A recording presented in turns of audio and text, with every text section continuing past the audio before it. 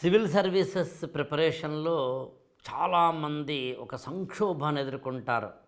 ఒక క్రైసిస్ ఏమిటి అంటే, ఒక 1 ఇయర్ ఆర్ 2 ఇయర్స్ ప్రిపరేషన్ తర్వాత ఆప్షనల్ని మార్చాల్సిన అత్యంత గతిలేని పరిస్థితి ఏర్పడ్డాం. అలా ఆప్షనల్ని మార్చాలా అక్కర్లేదా? అలాంటి క్వశ్చన్ సాధారణంగా ఒకసారి మెయిన్స్ రాసిన తర్వాతనో, లేదా ఒక ఆప్షనల్తో ఒక 1 ఇయర్ ఆర్ 2 ఇయర్స్ కోచింగ్ తీసుకుని జర్నీ చేసిన తర్వాతనో ఒక స్టూడెంట్కి తెలిసే విషయం ఏంటంటే, ఈ ఆప్షనల్ నాకు సూట్ కావట్లేదు. ఒకవేళ అలా మీకు ఒక ఆప్షనల్ సూట్ అవుతుందా లేదా అనే క్వశ్చన్ మీకు ఉంటే, మీరు ఇప్పటికే ఒక్కసారైనా ఆ ఆప్షనల్తో మెయిన్స్ రాసి ఉంటే నన్ను కలవచ్చు. మీరు ఆన్లైన్లో కానీ ఆఫ్లైన్లో కానీ 8897826108కి ఫోన్ చేసి.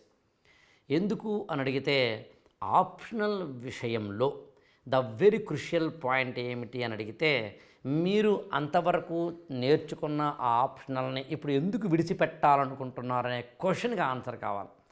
సరైన కోచింగ్ తీసుకోకపోవడం వలన, సరైన కోచింగ్ లేకపోవడం వలన, లేదా సొంతంగా ప్రిపేర్ అయిపోవాలని మీరు ఉత్సాహపడడం వలన, లేదా మెయిన్స్ రాసిన తర్వాత ఎగ్జామ్ హాల్లో మీకు ఆ ఆప్షనల్ ఎంత డిఫికల్టో అర్థం కావడం వలన, ఇది మీరు తెలుసుకోవాల్సిన అవసరం ఉంటుంది.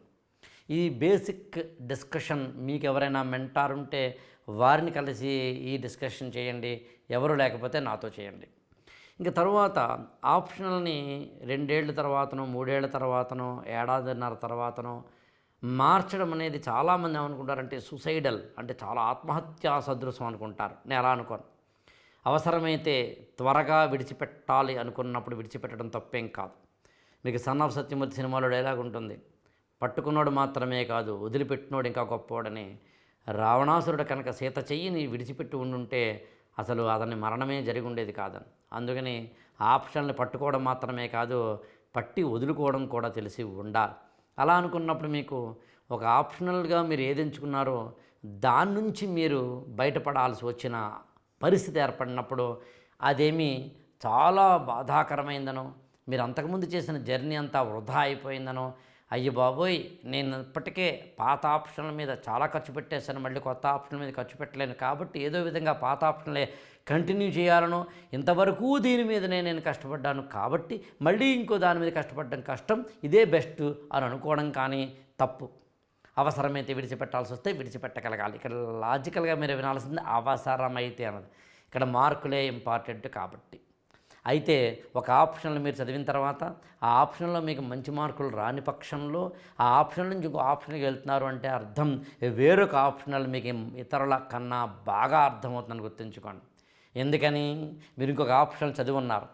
ఆ ఆప్షన్ ఉదాహరణకి మీరు ఆంథ్రోపాలజీ చదివి ఉన్నారు, దాని మీద కొంత అవగాహన ఉంది మీకు. అదే మీరు తెలుగు లిటరేచర్ ఆప్షన్లకి రావాలనుకుంటున్నారు అనుకుందాం. ఆంథ్రోపాలజికల్ ఏ అప్రోచెస్ అయితే మీరు చదివి ఉంటారో అవి తెలుగు లిటరేచర్ అర్థం చేసుకోవడానికి ఇంకొంచెం బాగా అర్థమవుతాయి. ఇక్కడ నేను ఉదాహరణగా ఈ 2 ఆప్షన్లు తీసుకున్నాను. ఏ ఆప్షన్ నుంచి ఏ ఆప్షన్లకి జంప్ అయినా సరే మీకు ఖచ్చితంగా అక్కడ నిరుపయోగము లేదు. గతం నాస్తి కాదు నేస్తం, అది అనుభవాల ఆస్తి అంటాడు శ్రీశ్రీ. అందుకది అనుభవాల ఆస్తే తప్ప మరొకటి కాదని గుర్తుంచుకోండి. అన్నట్టు ఇతర ఆప్షనల్ నుంచి మన తెలుగు లిటరేచర్కి రావాలని ఎవరైనా అనుకుంటే సంగతి ఏంటి? ఇతర ఆప్షనల్ నుంచి తెలుగు లిటరేచర్కి రావాలి అనుకున్న వాళ్ళ గురించి వేరొక వీడియోలో నేను మీకు ఎక్స్ప్లెయిన్ చేయబోతున్నాను.